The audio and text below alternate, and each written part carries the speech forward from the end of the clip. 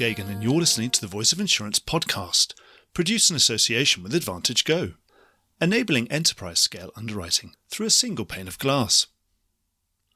Cyber is rightly never far from the news. It's a class of business that's only 15 years old, but is already producing annual income in the billions of dollars for many insurers and reinsurers. Today's guest is Paul Bantick, Global Head of Cyber Risks at Beazley. Beazley's gross cyber income was already well over $1 billion in 2022 and is still growing strongly into this year on the back of seemingly insatiable demand, despite a near trebling of rate over the last 3 years. And this is demand that is picking up globally, well outside the core market of the US. A lot of the cyber buck therefore stops with Beazley, and so what Paul has got to say is really important for the future direction of the market. And we've got a huge amount to talk about. Cyber's at a crossroads.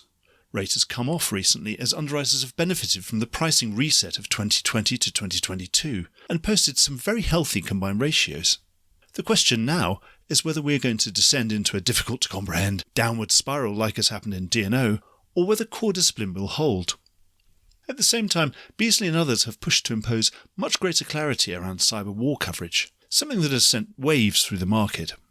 In the meantime, the work to get reinsurers and capital markets more comfortable with their view of systemic risk and supporting a cyber catastrophe market has continued in earnest, with Beazley sponsoring a cyber cat bond, Kearney, at the beginning of 2020, a cover that it has since topped up twice with subsequent issuances. We'll talk about all this and an awful lot more besides. Happily, Paul is really easy to talk to and easy to follow. So if you want a comprehensive update on the insurance world's most exciting class of business from one of its best-known lead underwriters, listen on. Enjoy the podcast. Paul, welcome to the Voice of Insurance. Thank you very much for having me, and lovely to finally meet you in person. Why don't you tell us a bit about yourself and your career to date? And I suppose, how do you get into cyber? I suppose these days, someone can leave college or leave school and they can apply for a job at a cyber underwriting firm or a cyber broking position somewhere. Back when you started, I suppose that didn't really exist. So introduce yourself and then how did you get into this cyber world? Yeah, so I'm currently the Global Head of Cyber Risk here at Beazley, which is a real privilege. And I really sort of fell into it, much like many people, I think, probably around my age in London in that era. When I was at school, I did some work experience and I did it in marine adjusting, actually, marine loss adjusting. And that's quite complicated stuff. Very complicated. And I did it for 2 weeks and decided I want to be an underwriter. And so I went home, told my parents, told the school, and I, after my exams, went and got a job for Wellington back then, which is now Catlin, after acquisitions and stuff like that. Yeah. So when was that when we talk about that era? What was that era? That was in the mid-90s and effectively was there for a little while, being a bit of a generalist, professional indemnity, D&O, financial institutions, architects, lawyers, and then moved on to Willis because I always knew I wanted to get some broken experience. And I always heard that to be truly a good underwriter, you need to have seen both sides of the fence and done the broking and the underwriting. So I moved on to that, was there for a few years and then joined Beazley in 2005. And back then, cyber didn't exist. I was again doing the PI, the D&O, the E&O, and around 2008, 2009, cyber came along and someone said, who's going to look at this cyber thing that's happening in the US? And the debate at the time was, well, it's either the property team or we do some technology E&O in our PI book. So it's one of those two.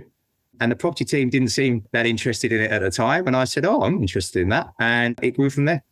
So technology E&O was the way into what we now know as cyber. I'm from that similar era. I remember in the early 90s, there was a computer crime policy gathering dust in the corner of my office, which I thought was really interesting when I went to work in 1992 as a broker. I thought, wow, this is great. And it was sort of, well, no one's ever bought one of these. So you can read it if you like, but no one's going to buy it. So we had to wait 20 years for it to suddenly take off. And so you were right at the beginning of that, because I must say, for me as a journalist, cyber suddenly became a line in Beazley's results and Beazley's presentation to investors. That was the first time for me it switched a light bulb on to say, oh, cyber is something now. It's something that has a line and it has income. It was. And what drove that was the regulation came in fast around having cyber attacks in the US around that time. Breach response time. Breach response, data breaches. And I think it was TK Maxx had a big event. You always have one of the first big public claims. And I remember TK Maxx. I suppose it's TJ over there, isn't it? TJ, TK. You just saw this surge of demand, right? Because things became really expensive, really complicated that weren't previously overnight. And That's how the cyber business was born. And at the time, there was 3 of us doing the technology, which then became cyber as well. And if you look at the cyber industry in insurance broadly today, a lot of the people in my position or leading the cyber businesses around the brokers and the underwriters, we've all came from that technology, background. A lot of us were doing that previously. So a lot of the same brokers, a lot of the same underwriters. And there was 3 of us at Beazley then. And then fast forward, we have a division today and we have, 150 underwriters just doing cyber around the globe. That's amazing. The market has been through a lot, obviously globally, but also cyber's been through its own particular cycle. What's the state of the market today? I mean, obviously we had a rapid hardening following a series of those ransomware losses that really sort of kicked in 3 or 4 years ago. And we've now had anecdotal softening. Where are you and how happy are you with the state of this market?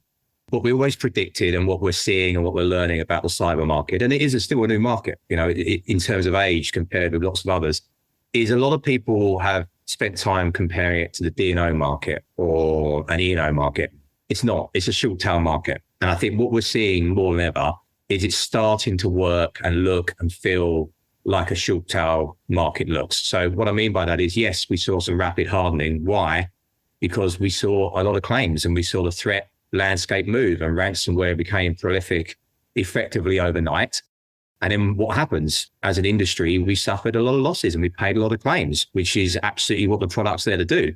Then you see the resilience bar becoming raised to those threats, and rates had to go up because we had both an increase in frequency and severity. And so you have to A, look at your controls and your underwriting, and B, look at how you're pricing the risk for that exposure that's coming in.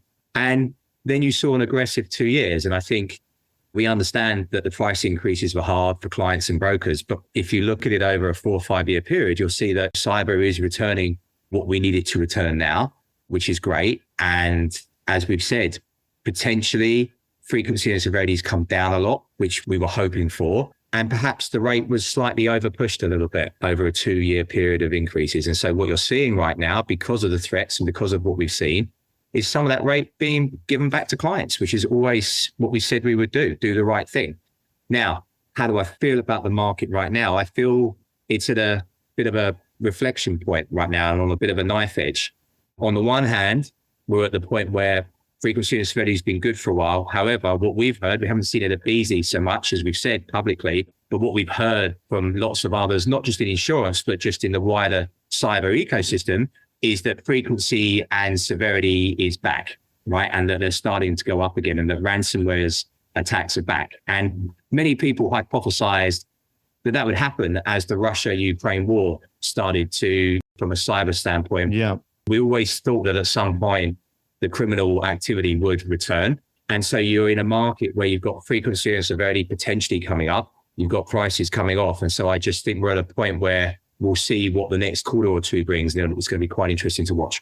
It's interesting to compare it to say it's a short tail because you're so responsive. I suppose your peril is changing all the time, isn't it? Fire is fire is fire. It's elemental. It goes back to, back to Greek gods and whatever, since before time, fire and wind and water. But you guys, you're dealing with something that you've got a dynamic actor changing all the time, finding new ways of trying to burn your house down.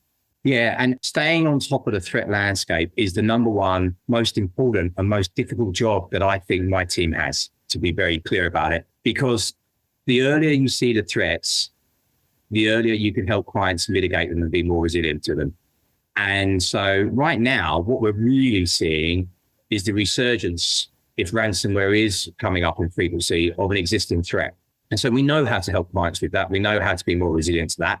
The threat changes a bit because ransomware morphed over its life. But first, people would hold you ransom because your systems were locked. Then the ransom moved to, we're going to publish your data if you don't pay the ransom. And now we're seeing a lot of, we're going to destruct your data if you don't pay the ransom. So even within ransomware, you have nuances that emerge and evolve over time. But what we spend a lot of time doing, and we have something called the Beazley Cyber Council, which is probably my coolest meeting every quarter, where we get to meet lots of government officials, government agencies, ex-spies, threat intelligence experts, is trying to figure out what's going on with some of those existing threats and where's that going, but what's coming next. Because the sooner we see it, the sooner for our clients and brokers, we can help them be more resilient. And we will hopefully won't have the extremities that perhaps we saw so much in the last few years. Sorry to interrupt the podcast. I'm here to tell you that Aventum Group is a debt-free, owner-managed specialty insurance group headquartered in London. Through our MGA platform Rockstone and broking platform Concilium, the group controls circa $1.5 billion in gross written premiums across 16 global offices. The group is employee-owned, has no private equity backing, and is very much in control of its own destiny. Synergy is Aventum's partnership model, a platform for entrepreneurial brokers and underwriters to become shareholders in their own subsidiary. A platform that liberates trading teams from bureaucracy and admin and allows them to focus on developing and servicing clients. We believe the traditional employee-employer hierarchy is outdated, which is why our Synergy model is built upon trust and partnership, and why all our Synergy arrangements involve real equity ownership from day one. Very different to the management incentive plans or MIPs that are now so common in our market. We are not a corporate organization and instead pride ourselves on the entrepreneurialism of our team and ability to have fun along the way. Our view is if you want to build something to call your own, have the lead on how you do it, and create some meaningful value along the way, a Synergy partnership will give you an unrivaled route forward. For more information, please contact us at voi@aventumgroup.com today. Just back on rates, so you're reasonably happy with where you are, and I suppose the natural nature of markets is that they tend to undershoot on the downside and they tend to slightly overshoot on the upside, because Maynard Keynes talk about animal spirits, that people get over optimistic, people get over pessimistic at the same time. So right now you're talking about an inflection point. Are you worried that it could go the wrong way, that the very severe competition might come back? I definitely think as an industry, what we've got to do is not forget the past. And I think sometimes there was a bit more rate, perhaps because a number of carriers exited the class for several years there or substantially reduced. And the strategy we took was, no, these clients need our support. They need this product. We maintained our limits, our product, but we found the way to underwrite through it, right? And to help clients be more resilient. What we don't want to do is fall into the trap of just as an industry, just repeating the past, as you say, putting rates down too much because things have looked good for the last 9 to 10 months. We don't know what the next threat coming is. We know there's one coming back. We've got to be very careful as an industry to make sure that we continue to provide solutions for clients and keep growing. Having all that capacity go away is not going to help us grow the cyber market and meet the rising demand and the needs of people. And with that thinning out of the market that happened, where perhaps the kind of fair weather traders, and obviously it had been a fantastic source of growth during a very soft market in every other line pretty much in the world. So a lot of CEOs were looking at that line thinking, well, thank goodness for cyber, at least that's growing. And then suddenly they got hit by the ransomware stuff and they realized that this is not a class you can just dabble in. Certainly out of that, I would say that the ones who stayed, of course, you being one of the main leaders there, really doubled down. And would it be right to say that at that point it was clear that if you want to be in cyber and do it properly on a primary basis, that you really need to have full service? As you're talking about, you have those relationships with government agencies, with the kind of the firefighters of this world and the people who are preventing cyber attacks from happening in the first place and monitoring threats all the time, and then being really, really embedded with your customers. Is that the lesson of that soft market, that this is the only way of really doing cyber properly, with either the full engineering solution? I think it's table stakes to do it properly going forward. And I think it's going to be so critical. And if you look at the major investments we've been making, they probably sit in two buckets. The first is investing in non-US, which we can talk a little bit in a while. But the second, and it's even bigger, is services. So we have our own cyber services team. We'll work with, as you say, lots of threat intelligence agencies and companies. But we also, we created, just before the hard market, we created our own cyber services consulting company called Lodestone, which is now based in US, UK, and Europe. And what we're looking to do is bring Lodestone and our cyber services team to the market and to our clients and our brokers to make sure that we can help clients be more resilient. So what does that look like? Because a lot of people think, well, that sounds great, but what does it actually look like in practice? If you get a quote from Beazley and we find potentially some issues with your resilience where you need perhaps some support in fixing certain vulnerabilities, or there's things that you're lacking, we will help you address those. And if during the policy period, because the other thing is this stuff can't just happen once a year at renewal when you look at a client and look at the risk. So over the course of the policy life cycle, if we see new threats, if we see vulnerabilities come up, we're constantly now reaching out to clients saying, how can we help you with this? How can we help you with this?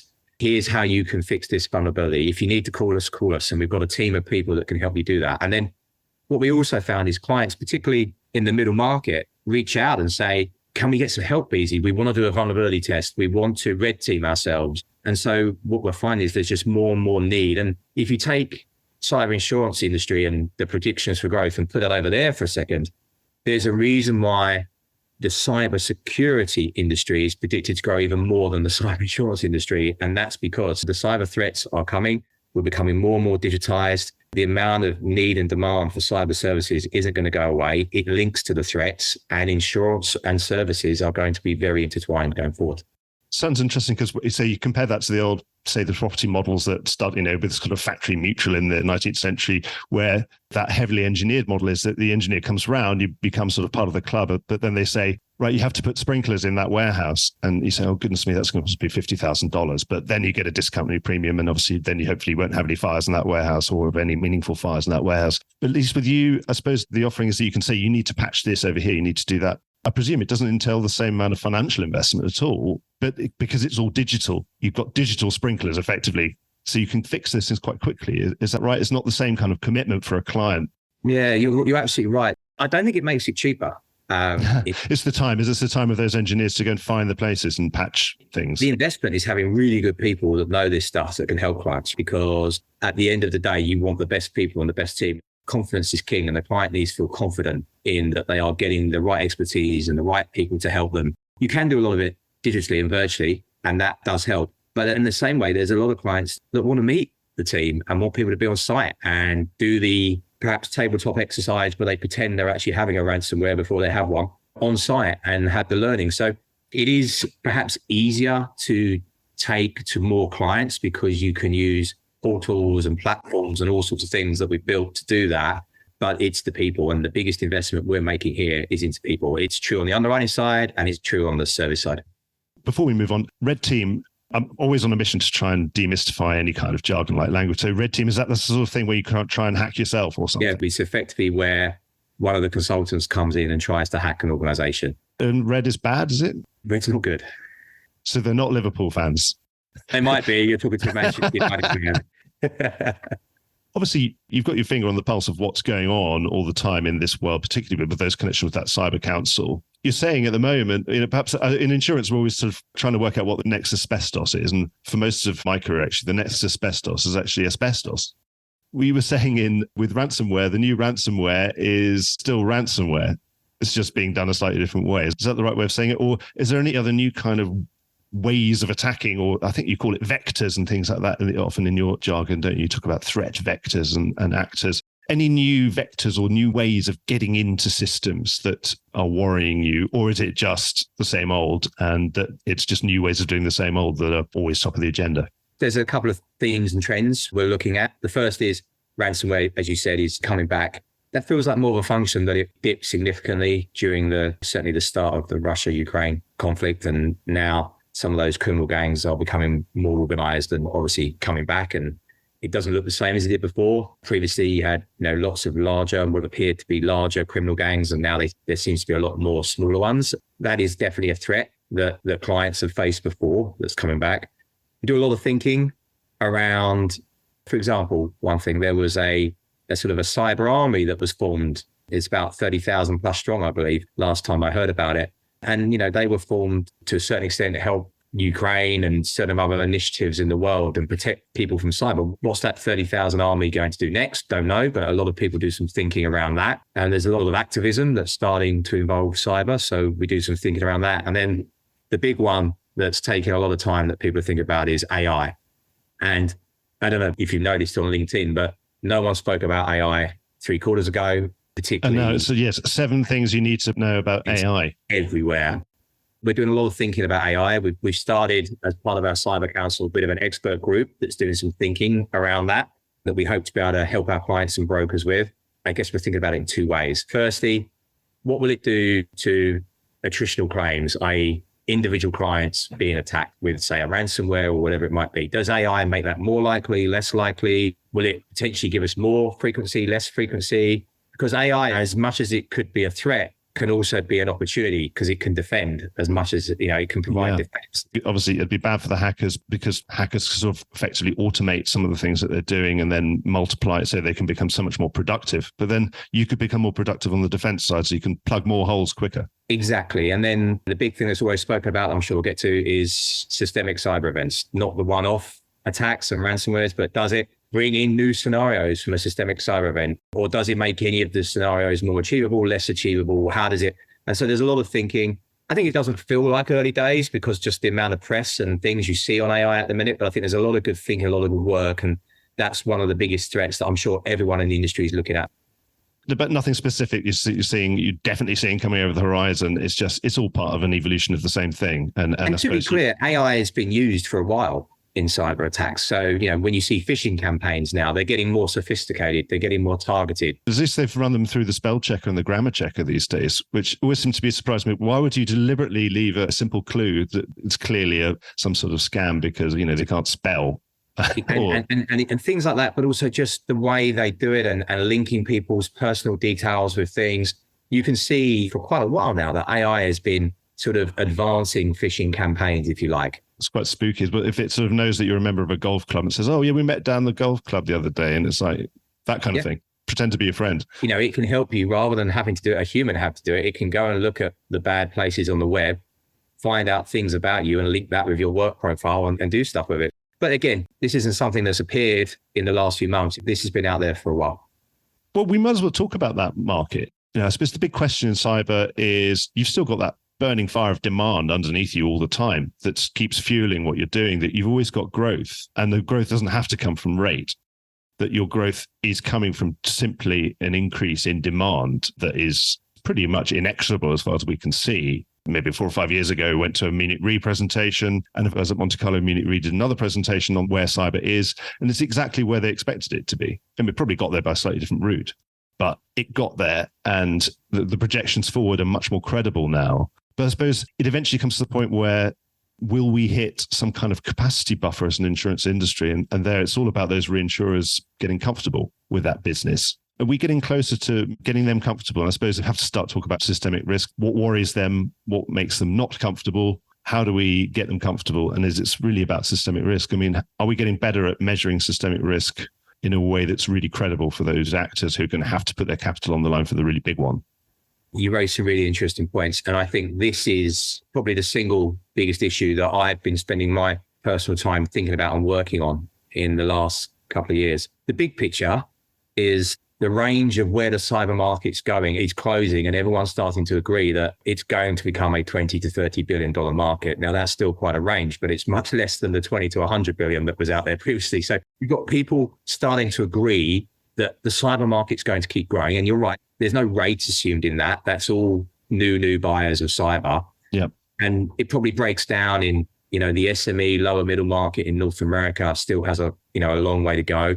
Europe's really coming online and firing. Asia's firing. LATAM is now starting to move. So all around the world, we're starting to see that the things that have been predicted are starting to happen, and things have an impact on that. If we have recessions or mini recessions around the world, do you buy cyber for the first time when your company's having, perhaps one of its tightest financial years? So I think there'll always be other global economic, political issues that impact how the demand for cyber is going to come. But it doesn't change where we're heading from an endpoint standpoint. Yeah, I think so. There's going to be all those clients. And so the biggest challenge we need is how do we keep providing the coverage, the limits that we do today to all of those emerging clients? And so we looked at this, we did a piece of 3-5 year planning, thinking about the cyber business and where the market's going. And we said, well, actually, if you look at the market today, there's lots of quota share reinsurance in the traditional reinsurance market. But what you're seeing actually, and what you're starting to hear about is certainly from a catastrophe standpoint, there is less limit becoming available, or certainly the major reinsurers are starting to optimize a little bit their portfolios and starting to get close to some of the risk appetites that they have currently. And that is, when you look at property and you look at other lines of business, that's where the alternative capital, the ILS, the bond market really comes to the front. And so I think we are, not this year, perhaps not next year, but I think we are reaching that tipping point where the alternative capital and the ILS and the bond market are starting to think, right, this is the moment when we would traditionally enter a market, because we're seeing the traditional reinsurers starting to optimize. We're seeing growth. clients in terms of insurers are going to need more limit and more support to be able to provide these solutions. Like I say, it's less about the quota share market. And obviously, in property, we've got the catastrophe excessive loss market. And a lot of people say to me, what cyber really needs now is just to develop a good old traditional cat excess market. And whether some of that will obviously leave the top layers to the ILS, and that's fine. That's where they'd like to play. They don't really want any kind of frequency. What about that catastrophe excessive loss? And can we define an event in such a way that we know where you're kicking in, that someone can be pretty happy that they will definitely only kick in? In property, you've got a 2-risk warranty, something really simple like that, but that can't work in exactly the same way for cyber. So are we there on the kind of definitions? I think we made a massive step this year on that. So we got the first cat one done. I think that's really important because what we have there now is a bond that's in place. It's a private one right now. And obviously it's got a wording.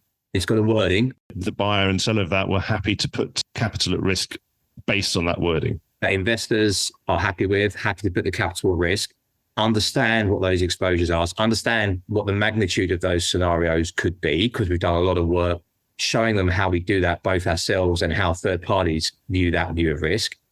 And they're very comfortable. And we have a product that we are comfortable with and confident will give us the protection we need moving forward to be able to grow the business. So that, as much as it was initially 45 million as part of a 100 million layer, now we've added to it over the year and it's continuing to grow. That is a very, very important moment. And we hope that just doesn't benefit Beazley, but that opens up the opportunity for other markets, because this is not just about Beazley. As a market, we've just got to get more capacity and more capital in so we can meet these client needs. And I think that's a big moment. So there are wordings and products out there that have set the standard and the way that this can be done and that we can work together with the investors to achieve this. And also, is the other key, is it important that everyone's happy with the third-party modelling, or that those investors are getting much happier with that third-party modelling, obviously, which is also a nascent industry that obviously has been a huge amount of investment. Is some of that investment starting to pay off now, that it's paying off in sort of hard science around this? I've just been on an investor roadshow, actually, so that's quite a timely question. We've been in Zurich, Bermuda, New York, UK. And I think the best way to explain it is what an investor actually said to me. He said, previously we had lots of modeling companies with lots of scenarios with even bigger range of outcomes. And what you've seen happen in the last couple of years is 3 or 4 modeling companies really have become more prominent in market share. And they're all got slightly different ways that they're modeling these risks. It's not the same. They've all got different ways of getting there and thought process of getting there. For example, they all have a cloud outage scenario, but they all model that and think about that in different ways, which is great because you've got diversity of thinking. But what we've seen in the last 2 years is the outcomes that they're individually producing are now moving closer and closer together. That gives a lot of comfort. If you think about something 3 different ways and come up with the same answer, then, it's almost like proving your theorem, isn't it? Yes. And a lot of confidence can be taken that those scenarios are coming together. And then you overlay that with the scenario work that we do ourselves as an insurer, and I'm sure other insurers do. You then have quite a few different views of risk and ways of thinking about how to get to that view of risk. And that is what will drive confidence. So I think that's why the bond market and the investors are very interested and are very receptive. And obviously it's a completely diversificatory peril for them. It doesn't correlate with anything else. So it should be good. Yes. And what I've also learned is don't underestimate the impact that the wider insurance world will have on it. What will be happening with the property market at the end of the year, going through next year and into 2025, and the bond market will have an impact on what happens to the cyber bond market in terms of how much capacity there is available, what the pricing is doing. These things are very interconnected, is one of the things I've experienced. What about actually traditional reinsurers? Of course, we've had a pioneering set of reinsurers who've been happy to support your growth over these years of mostly quota share. But I was down at Monte Carlo, and actually part of this sort of reawakening and understanding of cyber is I met a few people who said, yeah, you know what, we've started doing a bit of cyber reinsurance and that we didn't do before, because there's still a huge amount of just traditional capacity to be unlocked. So there were plenty of people saying, I don't want to have anything to do with this. And now they're starting to say they'll look at it.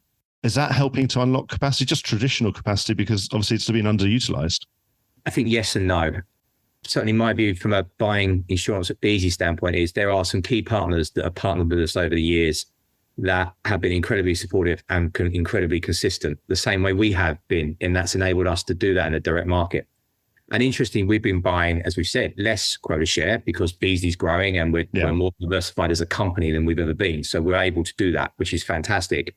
There are some new markets that want to write some quota share, but what we're balancing with is it's the top of the hard market, as we discussed earlier.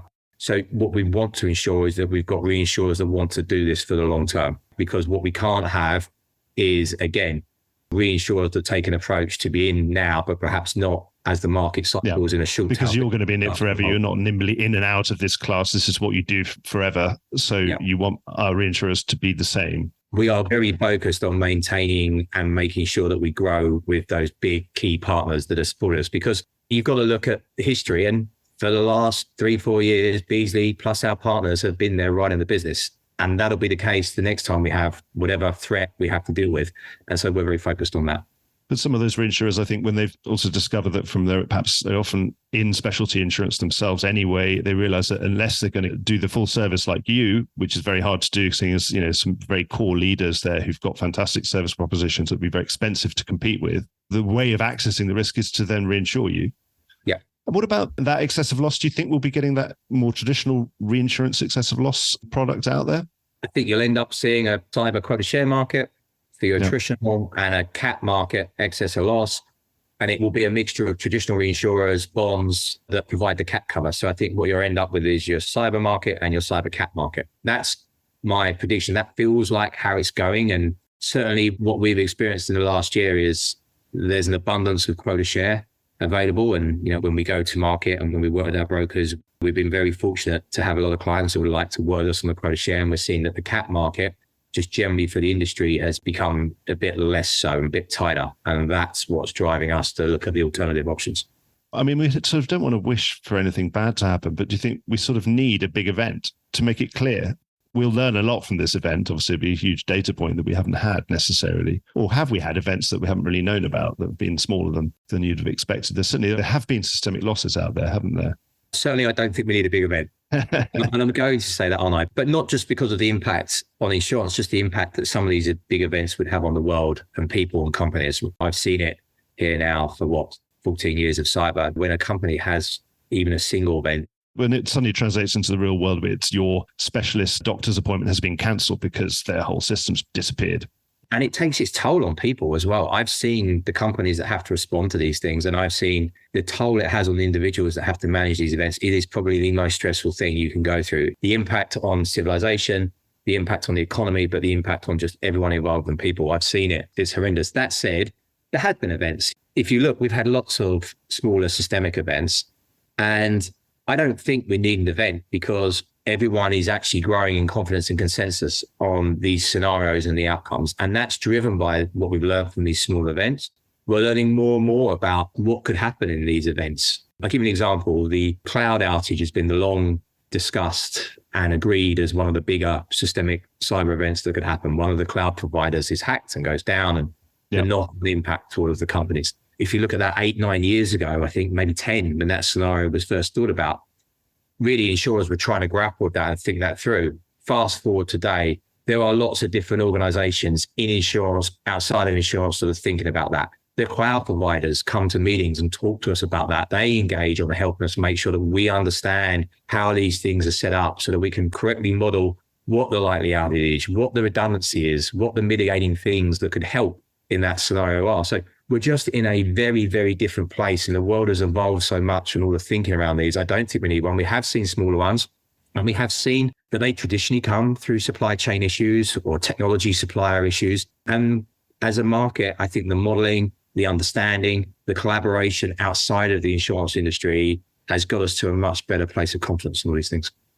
See, another one of these big systemic events that obviously the insurance industry over its life has identified, of course, is very simply war. This is something that you've all been working on, another big maturity point in the cyber market on excluding war. How's that worked out? And do you think those exclusions are watertight? Because obviously it's quite difficult to work out if you're in a cyber war or not. So just taking a step back, there's a lot of systemic and catastrophic exposure that the cyber market takes on. Yeah. And there are probably only a couple of things that we can't. And the big one is clearly war. And that applies to, if you think about it, every single product in insurance. That rule can apply outside of cyber to many products. The war becomes too big, which is why you see so many war exclusions as standard in the market. And indeed, why certain markets have established defined war markets with war products just to cover war. And what you'll typically find is they're much smaller than that traditional market. Well, they're very, very specific, for specific marine journeys, etc.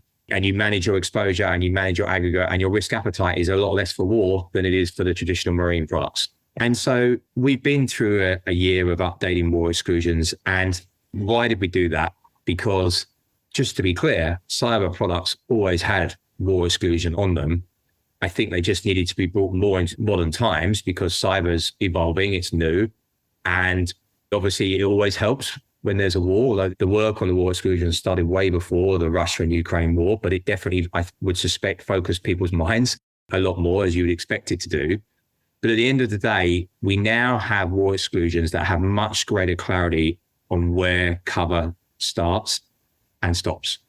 And I think that's really important. I think that's important for several reasons. I think it's important for clients and brokers that we all now understand how the contract's going to perform. And if you look at where the market is and how it's evolved, I think what you're seeing is consensus that everyone's agreeing on the intent and that we cannot cover cyber war. And there's been quite a bit of debate over the right words to get there. But I think right now what you're seeing is a lot more clarity in the words that have been established. I think the clauses that are out there are much clearer, much better. They provide the certainty that insurers need, but they also provide the clarity that insureds need. And I think that's really important. It's always inevitable that these things end up getting tested at some point, and we'll just sort of see how they perform when they are stress tested. And I'm sure the wording and coverage in cyber will continue to evolve. Lawyers are never going to be out of business, just like cyber underwriters are never going to be out of business either. And, we will be talking about another coverage at some point down the line that clients want to add that we need to find a solution for, and things will keep evolving. But I would say as well, there's obviously been a lot of press about the war exclusions, and it's been a very busy year. But actually, when I go and talk to insurers and clients, and I have the conversation that I'm having with you, and I explain what the intent is, and we've been very clear, we've worked very hard to talk to the brokers and the clients around, this is what we're intending to do, this is the change, this is why we're doing it. And when you have that conversation, I would say 99.9 times out of 100, clients are very much, we understand, you can't cover war, we want to work with you on this, we want to partner with you on this. And what about the camp that is to create a war only, once you've fully excluded it, to then be able to write it back, obviously with very limited appetites in a very different way as a different product? Do you think we'll see a cyber war market developing? And would you back it? There's two big things coming out of this in terms of what this clarity does, in addition to all the things we've discussed. First, we're working with the Lloyd's Lab and the Innovation Lab on putting together a cyber war dedicated product. Because interestingly, before this conversation, no one actually asked to delete the war exclusion or for affirmative cyber war cover. So what we've learned during this process is, well, if clients are interested in war cover, we can go in the lab and we could, like the marine market has, we can establish a product for that. So we've done a lot of work on it. And interestingly, a lot of insurers and brokers reached out to us when this was made public that they'd like to be involved and like to join the lab and come in and look at that. So there's a lot of insurers that are interested in doing that. There's a lot of brokers. And I think we're very close to the first product being out there. And I think the market will evolve from there. And I think that will be a really good test for what the demand is. And just, will that then establish a cyber war market? From the feedback, it seems like that will happen. And then the next question is how much capacity we'll be able to get for the war product, and time will tell. And there's certainly a lot of insurers that are interested initially, and Beazley's been leading all of that work. The second thing that a lot of people ask about is government backstops and all of those sorts of things. Yeah, that's definitely on my list of things I was going to ask you. And I think it's related because, just to be clear, I think the commercial insurance market, we should not be looking for the government to provide backstops on lots of things. We should be evolving and figuring out how we can provide solutions and take risk on. There are things that are too big, like war. And what the war exclusions do is give even greater clarity to governments and states around the world. So ultimately, if it's fully excluded, it's on the state anyway, isn't it? There's a very clear line, and then they can individually think about, is that something they want to look at or not? And you've got probably differing views around the world on that. And it'll be interesting to see how that evolves. What about, as part of this, as the property market matured and we started to get better at covering catastrophes, and the property cat market matured, obviously had better modeling, but also you had almost better definitions from, again, third parties with these sort of semi-state bodies. Things like the National Hurricane Center would say, start to categorize hurricanes, tropical depression, tropical storm, Cat 1, Cat 2, Cat 3, Cat 4, Cat 5. Do you think we need something like that in the cyber world? Something that's sort of like the Global Hurricane Center, but the Global Cyber Catastrophe Center or something? Certainly the other actors in the market have been mooting this idea. Is it something that you would support, or do you think there's a genuine need for? This is something the cyber market's been debating heavily for about 18 months. Do we have third-party intervention in terms of creating, some, as you said, some sort of size or scale-based classification system? How would that look? How would that work? I think there's a couple of interesting things. I think it would depend on how that cat market, outside of war, how do we decide when there's a cyber war or not? Outside of that, it would depend how that cat market continues to develop and the products and the definitions to determine that. It would be definitely something where a government could have a potential role to play.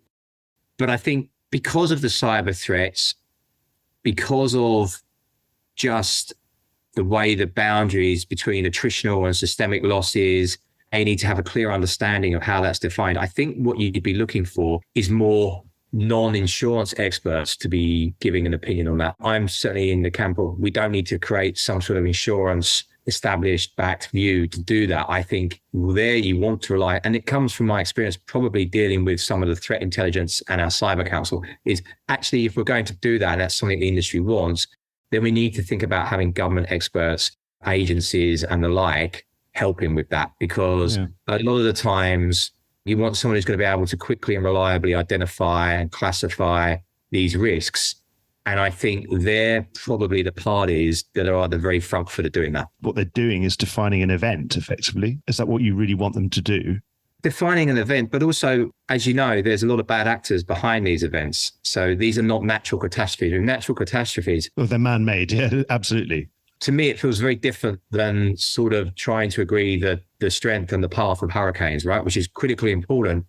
But it's a natural thing that we can see and there's full disclosure around and you have all the details. I think with cyber events, there's a lot of information there about bad actors that only to begin with, certain people are going to have access to.